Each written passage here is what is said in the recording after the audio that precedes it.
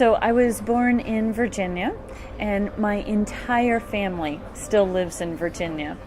I went to school in Virginia also, and I happened to do a study abroad program while I was at university, and I studied in Italy. And after that, I decided that I wanted to travel. I took a job teaching in Japan, and after that job, I decided that I wanted to live overseas, work overseas, and that's when I started the process to become a diplomat. It's actually a bit of an accident that I came to Yekaterinburg. I never knew that I would live or work in Russia, but here I am. And actually, I think it's important to say that Yekaterinburg was my number one choice of assignments. My previous assignment was in Jamaica, so it was very different. We have a special institute in Washington, D.C., where diplomats study the languages before they head out to a country.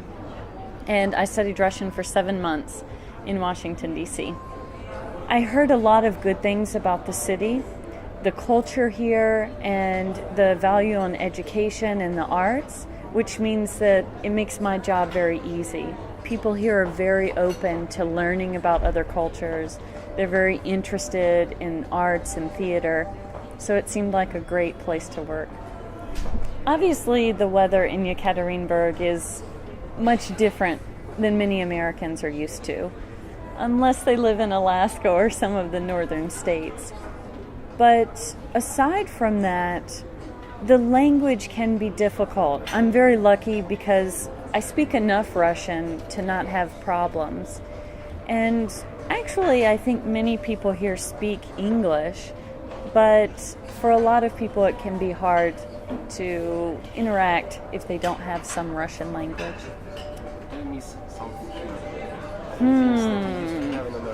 What do I miss? I love food and I love cooking, so the one thing I miss are probably different types of food. Maybe Thai food, or what other kinds of food? Indian food. There's some Indian food here, but I miss things like that. At the same time, though, I love Russian food, so it's been a good substitute. Whenever I talk about Yekaterinburg, I love to compare it to Moscow, and I always tell people that I don't like Moscow. I feel like this is real Russia. Here the people are so much nicer, they're so much friendlier, and the times that I've been in Moscow, it feels very impersonal. People are just rushing about for their jobs, and no one stops to speak to anyone else. And here, the best thing for me has been getting to know people who want to talk to me about America or who want to talk to me about Russia. So, all good things to say about Yekaterinburg. People are often surprised that Americans and Russians are not very different.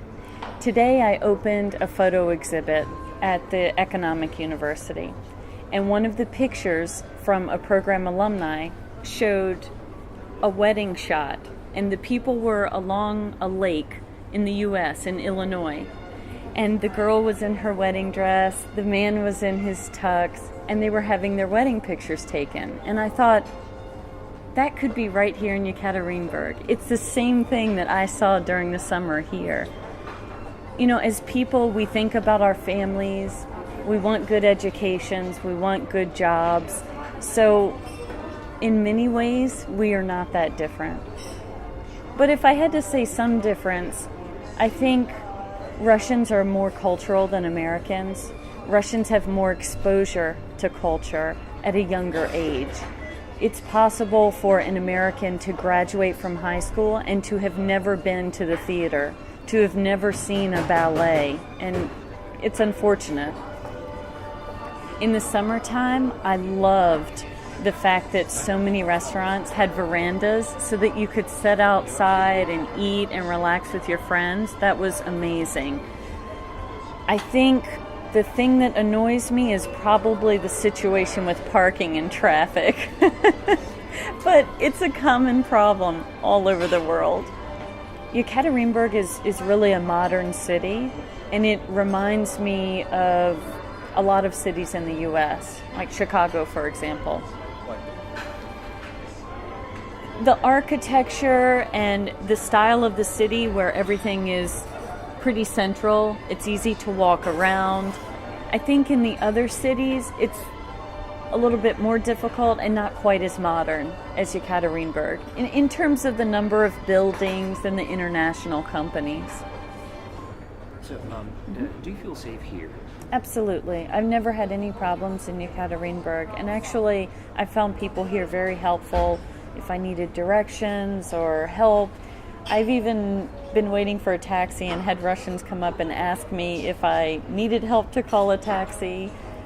I had one guy stop me on the street as I was carrying lots of groceries and asked me if I needed help. So no issues with safety or security here.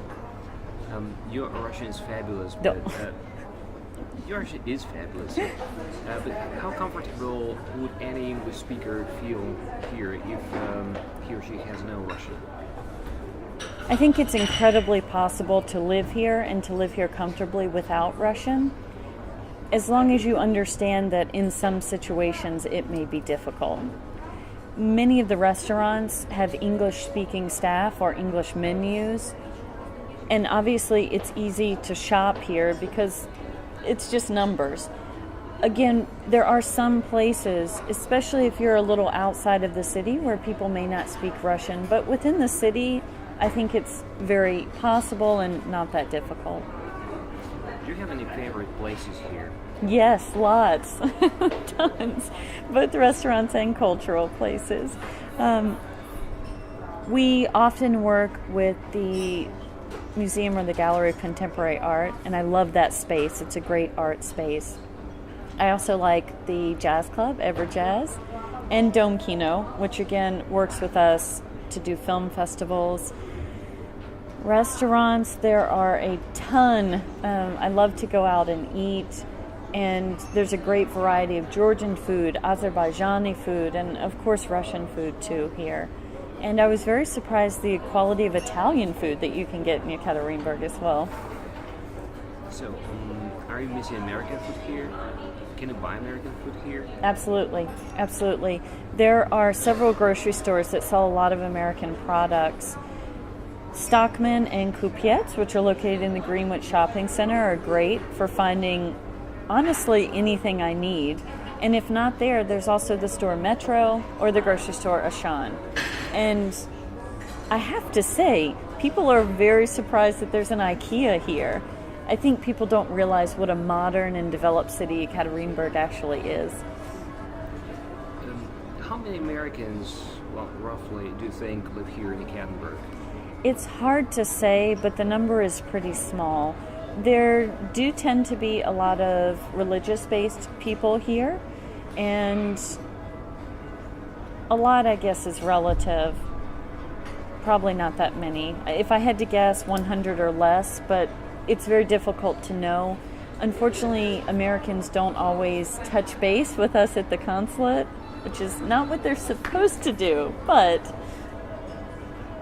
if something happens, some emergency happens, health issues, something, what could Americans do? Is there any 24/7 service at the consulate? Absolutely. Throughout the world, in every country with which we have diplomatic relations, we provide a 24/7 duty officer for American citizens who have some need of services or some emergency.